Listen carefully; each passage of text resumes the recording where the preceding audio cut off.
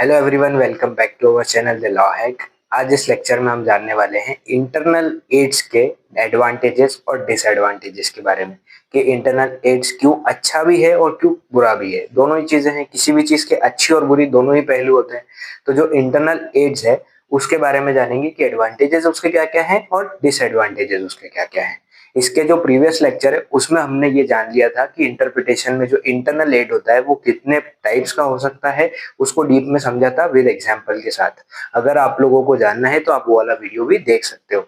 अभी अपन समझ लेते हैं इस वाले लेक्चर में कि एडवांटेजेस क्या होते हैं। तो फर्स्ट क्या है इंटरनल एड का एडवांटेजेस, अपन देखते हैं पहले कि एडवांटेजेस क्या है। 4 पॉइंट है छोटे छोटे से। फर्स्ट है promotes legal certainty and consistency. ये क्या हेल्प करता है? लीगल सर्टेनिटी एंड कंसिस्टेंसी की बात कर रहे हैं। अगर आप इंटरनल एड, अपन जानते हैं सब लोग की भैया वो एक्ट के अंदर ही होता है या स्टैट्यूट के अंदर ही होता है, तो ये क्या करता है? Legal certainty and consistency. अगर आप उसी को पढ़ रहे हो कि दूसरा एक्ट, आप दूसरा कुछ बुक या दूसरा कोई सोर्स आप प्रेफर नहीं कर रहे हो, तो ये क्या करेगा? एक कंसिस्टेंसी आपके अंदर लाएगा कि अगर एक प्रोविजन आपको समझ में आया, उसकी लैंग्वेज पकड़ में आगे की क्या है, तो पूरा एक्ट आपको कहीं ना कहीं वो पढ़ने में आसान लगेगा, उसको समझना आसान हो जाएगा। तो ये क्या करता है? कंसिस्टेंसी रखता है किस चीज में? उसको समझने में, एक्ट को। और साथ में क्या है? प्रिडिक्टेबिलिटी। ये प्रिडिक्टेबिलिटी की बात करता है। अगर आपको ये समझ आ गया कि यहाँ पर लैंग्वेज किस प्रकार से यूज हुई है और किस वर्ड का यहाँ पर क्या कॉन्टेक्स्ट है, तो अगर वही वर्ड या वही कुछ आपको आगे उस एक्ट में मिलेगा तो आपको ये पता चल जाएगा कि यहाँ पर भी शायद उसका सेम ही मीनिंग निकले। तो ये क्या करता है? इसके लिए ये अच्छा है। क्या? Internal aid. दूसरा आता है प्रोवाइड्स इमीडिएट कॉन्टेक्स्ट। अब आपको कुछ और दूसरा सोर्स ढूंढने की जरूरत नहीं है। यहाँ कुछ गड़बड़ाई, उसी एक्ट के अंदर जो जो चीजें मिल रही है आपको सब आप यूज कर लो, सब देख लो को समझने के लिए। तो आपको इमीडिएट कॉन्टेक्स्ट समझ में आ जाएगा कि होता क्या है। एक्सटर्नल एड में क्या रहता है कि अपने को दूसरा कोई सोर्स यूज करना पड़ेगा जानने के लिए, मीनिंग जानने के लिए। यहाँ पर आपको यही सोर्स यूज करना है, तो इमीडिएट आपको कॉन्टेक्स्ट समझ में आ जाएगा कि भैया ये कहना क्या चाहता है। थर्ड आ जाता है ईजेस नेविगेशन एंड क्लैरिफिकेशन। अब वो वहां क्या करता है? क्लियर मीनिंग प्रोवाइड कर देता है आपको कि हाँ इसका ये है। जो भी आप इंटरनल एड यूज कर रहे होते हो उसमें आपको क्या हो जाएगा? क्लियर मीनिंग पता चल जाएगा कि ये वर्ड यहाँ पर क्यों यूज किया गया है। तो वो क्या करता है? क्लियर मीनिंग आपको दे देता है, क्लैरिफिकेशन आपको दे देता है। ये एक एडवांटेज है इसका। फोर्थ आता है उसका फर्स्ट पॉइंट ऑफ रेफरेंस, यानी कि अगर आप कुछ भी देखना चाहते हो तो एक्सटर्नल एड आप बाद में यूज करोगे, पहले इंटरनल एड ही यूज करोगे। इन जनरल अगर कोई भी व्यक्ति कुछ भी एक्ट पढ़ रहा है या कोई स्टैट्यूट पढ़ रहा है, उसको अगर उसमें कुछ दिक्कत परेशानी आ रही है समझने में, तो सबसे पहले वो जो जितने भी टाइप्स अपन ने देखे थे इंटरप्रिटेशन के, जो इंटरनल एड्स के टाइप थे, वो सारे टाइप्स को वो पहले यूज करना चाहेगा। एक्सटर्नल एड पे वो बाद में जाएगा। पहले वो क्या यूज करना चाहेगा? इंटरनल एड यूज करना चाहेगा। तो ये क्या है? फर्स्ट पॉइंट ऑफ रेफरेंस होता है कि भैया पहले इंटरप्रिटेशन का इंटरनल एड अपन देख लो कि अंदर अंदर अपने को जो मिल जाए वो ठीक, फिर अपन देखेंगे बाद में कि एक्सटर्नल एड कुछ काम का आ रहा है या नहीं आ रहा है। तो ये एडवांटेजेस हो गए। अब समझते हैं कि डिसएडवांटेजेस क्या क्या हो सकते हैं। फर्स्ट पॉइंट आता है may not be sufficient alone. अगर अकेला आप सिर्फ इंटरनल एड ही आप यूज कर रहे हो इंटरप्रिटेशन के लिए, तो वो काफी जरूरी नहीं कि वो काफी हो। सिर्फ सफिशिएंट है क्या? हो सकता है कि उसमें नहीं मिले, कहीं और दूसरी जगह आपको यूज करना पड़े, कोई एक्सटर्नल एड यूज करना पड़े, कुछ उसकी हिस्ट्री देखनी पड़े, कुछ दूसरा एक्ट देखना पड़े, कोई दूसरे रेफरेंसेस, कुछ डिक्शनरी यूज करनी पड़े। तो हो सकता है ऐसा, बिल्कुल पॉसिबिलिटी है कि सिर्फ अकेला वो एक्ट ही काफी नहीं है सारी चीजें समझाने के लिए। तो ये एक डिसएडवांटेजेस होता है इंटरनल एड का।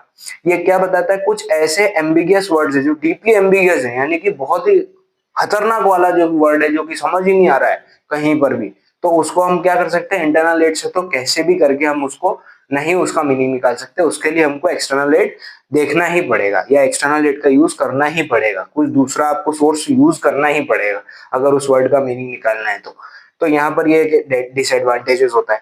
सेकेंड आ जाता है can not overwrite clear meaning. अब ओवरराइट क्लियर मीनिंग का क्या मतलब है? अगर मान लो उसमें कुछ ऐसा वर्ड बताया जिसका कुछ मीनिंग निकल के आता है, तो वो जरूरी नहीं है कि अगर सेम वर्ड दूसरे प्रोविजन में या दूसरे सेक्शन में उसी सेम एक्ट में यूज किया गया है तो वो उस जगह कुछ और मीनिंग निकाल के दे या इस जगह कुछ और मीनिंग निकाल के दे, तो फिर कंफ्यूजन क्रिएट हो जाएगा, है ना। तो आप उस एक वर्ड को एक ही मीनिंग के हिसाब से समझोगे, वो दूसरी जगह कुछ और सेम वर्ड कुछ और कॉन्टेक्स्ट में यूज किया गया है तो समझ में आएगा ही नहीं। तो फिर वहां पर क्या करना पड़ेगा? एक्सटर्नल एड का यूज करना पड़ेगा। तो यहाँ पर ये भी एक डिसएडवांटेज है। थर्ड आता है अपना पोटेंशियल फॉर इनएक्यूरेसी। अब जो इन केस अगर मान लो कुछ मार्जिनल नोट्स जो नीचे दिए रहते हैं कि ये अमेंडमेंट हुआ या ऐसा ऐसा हुआ, ये कब ये किसके कौन देता है, तो ये ड्राफ्टर्स जो होते हैं, जो ड्राफ्ट करते हैं, उसको पूरा ड्राफ्ट करते हैं, वो लोग ऐड करके इसमें मार्जिनल नोट्स देते हैं समझाने के लिए कि यूज कर सकते हो। अब मार्जिनल नोट भी एक प्रकार का इंटरनल एड ही होता है। तो मार्जिनल नोट कौन देता है, ड्राफ्टर्स देते हैं। लेकिन लॉ बनाने का काम किसका है, इनेक्टमेंट का काम किसका है, लेजिस्लेचर का है। लेकिन ये मार्जिनल नोट्स तो लेजिस्लेचर देता नहीं है। तो अब यहाँ पर क्या हो गया, उसमें हो सकता है कुछ इनएक्यूरेसी हो, कुछ ना कुछ गलत सलत लिख के दे दें, तो ये भी चीज आ जाती है यहाँ पे। फिर फोर्थ आता है risk of miss interpretation.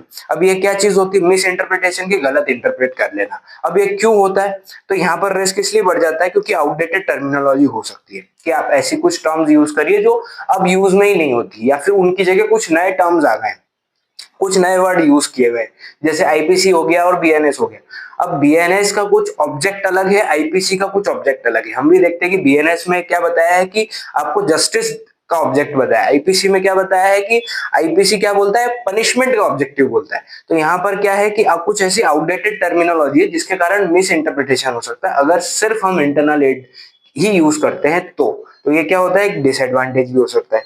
Fifth आता है लिमिटेड स्कोप। वही बात हो गई, लिमिटेड स्कोप तो सेम ही चीज है कि जब सिर्फ इंटरनल एड अगर यूज कर रहे हैं तो लिमिटेड स्कोप ही होगा, आपको सिर्फ उतने ही एड्स यूज करने को मिलेंगे या उतने ही एड काम के होंगे जो इंटरनल है।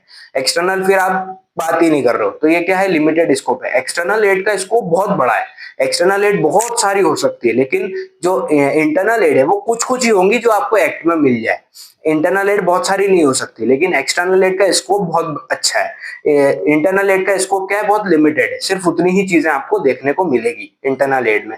तो ये क्या हो गया, एडवांटेजेस हो गए, ये क्या हो गए, डिसएडवांटेजेस हो गए इंटरनल एड के, और एडवांटेजेस और डिसएडवांटेजेस। प्रीवियस के 2 लेक्चर भी हैं, उसमें भी इंटरनल एड के बारे में बताया है कि क्या होती है। अब वो भी लेक्चर देखिए, ये वाला लेक्चर भी देखिए। इतना पढ़ने के बाद इतना तो पक्का है कि भैया अगर आप कुछ भी लॉ से रिलेटेड एग्जाम दे रहे हो, उसमें इंटरनल एड के बारे में अगर क्वेश्चन पूछा जाएगा या एड्स टू इंटरप्रिटेशन के बारे में क्वेश्चन पूछा जाएगा, तो आप थोड़ा बहुत तो लिख के बेसिक बेसिक आप आ ही सकते हो। आई होप आपको ये एडवांटेजेस और डिसएडवांटेजेस समझ में आए होंगे। ऐसे नॉलेजेबल वीडियोस के लिए लॉ हैक के साथ बने रहिए और चैनल को सब्सक्राइब करना भूलना मत।